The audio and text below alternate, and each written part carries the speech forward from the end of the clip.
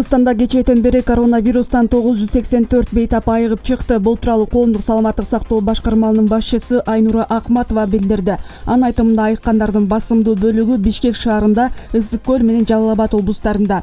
Бишкек шаарында 343, Чүй облусунда 62, Ош облусунда 65, Талас облусунда 71, Нарын облусунда 70, Ысык көл облусунда 134, Жалал Абад облусунда 147, Баткен облусунда 27, Ош шаарында 65 бейтап.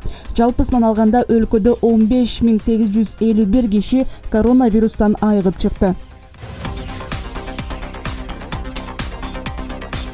Өткөн сутканын ичинде Кыргызстанда 44 адам коронавирустан каза болду. Алар Бишкек шаарында 16, Чүй облусунда 7, Жалал Абад облусунда 7, Ысык көл облусунда 4, Ош шаарында 3, Ош облусунда 3, Талас облусунда 2, Нарын облусунда 1, Баткен облусунда 1. Өлкөдө коронавирустан каза болгон кыргызстандыктардын жалпы саны 1123 жетти. Бүгүн өлкө аймагында дагы 1108 адамдын коронавирус жуктуруп алганы белгилүү болду. Бул тууралуу коомдук саламаттык сактоо башкармалынын башчысы Айнура Акматова брифингде билдирди.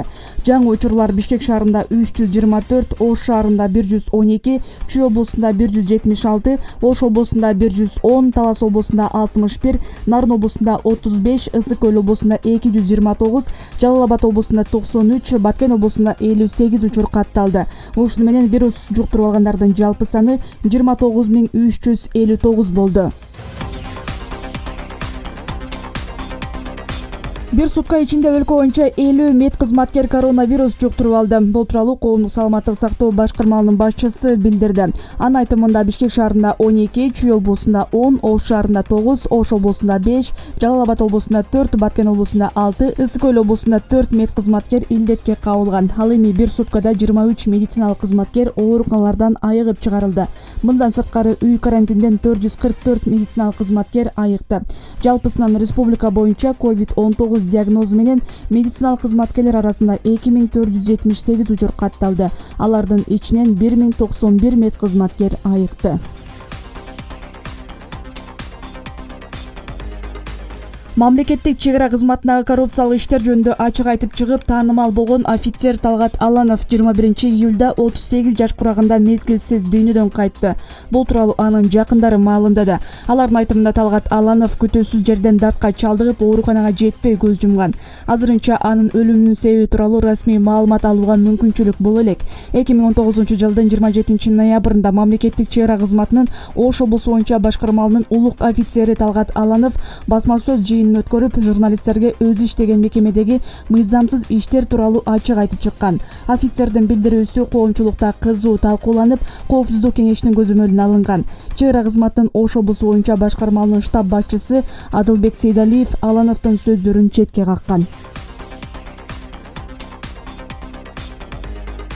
Түркмөнстанда бийлик бардык ири соода борборлорун, базарларды, көңүл ачуучу оюн-зоок жайларын жана кызмат көрсөткөн ишканаларды 10 күнгө жапты.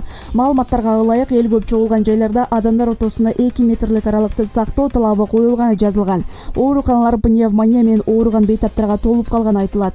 Медициналык кызматкерлер оорудан көз өткөн адамдарды моргко жеткирип үлгүрбөй жатышат. Өлкөдө темир жолдо каттам токтоду. Саламаттык сактоо тармагынын адистери жарандарга бет кап кийүү керектигин эскертти. Бийлик мындай чараларды оорулардын алдын алуу иштери менен түшүндүрүп жатат. Журналисттер ишенимдүү булактарга таянып, бейтаптар коронавируска тест тапшырып жатканын, көбүнүкү ырасталганын билдиришүүдө.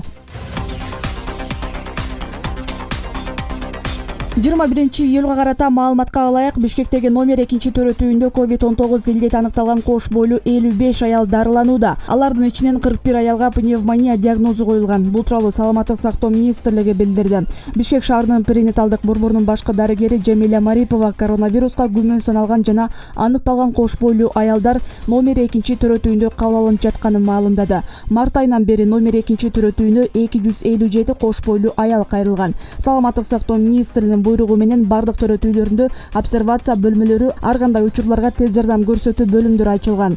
Кошумчалап кетсек, жылына Бишкек шаарынын төрөтүүлөрү 15 миңге кош бойлуу аялды кабыл алат. Буга чейин Кыргызстанда 1 жашка чейинки 49 ымыркайдан коронавирус аныкталганы расмий кабарланган. Премьер-министр Кубатбек Боронов 21-июлдагы онлайн брифингде буга чейин жаңы ооруканалар эмне үчүн салынбаганын жөн-жайын түшүндүрдү. Өкмөт башчы мурдагы транзиттик базада ачылган семетий обсервациясын госпиталь кылып даярдоо тууралуу чечим болгон деп эсептейт. Кээ бир мамлекеттер тез арада ичинде 1000 орундуу оорукана салды. Аны көрүп турдук. Бирок мамлекетибиздин абалына жараша биз өз жолубуз менен баралы дедик. Бүгүнкү күндө семетий обсервациясын заманбап госпиталга айланттык, деди Боронов.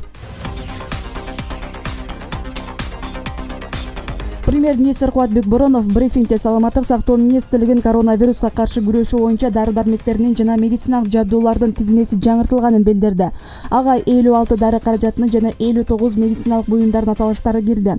21-июлдан тартып саламаттык сактоо министрлиги сатып алган Шанхай Бишкек каттамы менен 42920 таңакчы эноксапарин жана 33000 партия надропарин алынып келет. Жакынкы күндөрү Индиядан дагы 8 тонна дары-дармек келет. Анын аягында дагы 25000 таңакчы гепарин, 10.000 флакон цефепим, 36.000 сефтазидим келиши күтүлүүдө. Августтун башына 30.000 флакон цефепим, 75.000 таңак гепарин алынып келет, деди Боронов. Ал ошондой эле айдын аягына чейин дагы бир канча препараттар алынып келерин кошумчалады. Күзгө мал коч мүнөздөгү респиратордук вирустук инфекцияларга каршы эмдөө жүргүзүлөт. Анда айрым жарандардын эмдөөсүн мамлекет өз мойнуна аларын премьер-министр Кубатбек Боронов брифинг учурунда билдирди. Вакцинага чет мамлекеттерге буйрутма берилди. Аны каалагандар ала алат. Ал эми калктын айырылуу катмарына, ооруга тез кабыла тургандардын тобуна, ден соолугу жагынан мүмкүнчүлүгү чектелген жарандарга мамлекеттин эсебинен эмдөө жүргүзүлөт, деди Боронов. Беле кетсек, мурдагы жылдарда гриппке каршы вакцинанын баасы 500-600 сомдун тегерегинде болуп келген. Коронавирус менен күрөшүүгө жардам берүү үчүн Россиядан Кыргызстанга аскер медициналык кызматкерлер келди. Медициналык кызматкерлерди Россиянын коргоо министрлигинин Атайын учагы Кант авиабазасына жеткирген. Атайын учак менен керектүү жабдыктар жана дары-дармектер да келген. 20 кишиден турган медициналык топ кыргызстандык аскер дарыгерлер менен бирге аскер кызматкерлерине, алардын үй-бүлө мүчөлөрүнө жана аскер ардагерлерине кеңеш жана практикалык түрдө жардам көрсөтөт. Россиялык адистер өлкөнүн 2 шаарынын госпиталдарында иштешет. 4 топ Бишкекте, 2 топ Ош шаарында иштейт.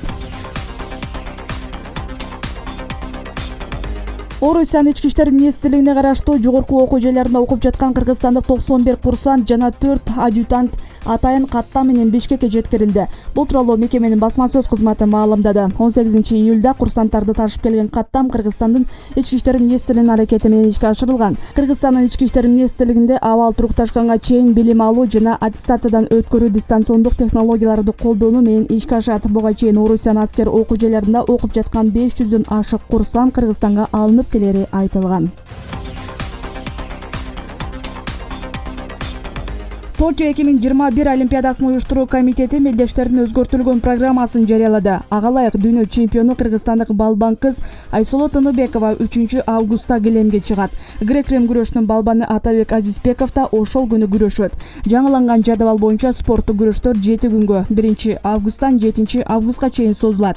Ар бир салмакта 16 катышуучу бар. 1-августта эң оолу грек-рим күрөшүнүн 60-130 кг салмактагы балбандары, кыздар күрөшүнүн 76 кг салмактагылар кармашка чыгышат. Эркин күрөш чеберлери 4-августтан тарта күч сынашмакчы.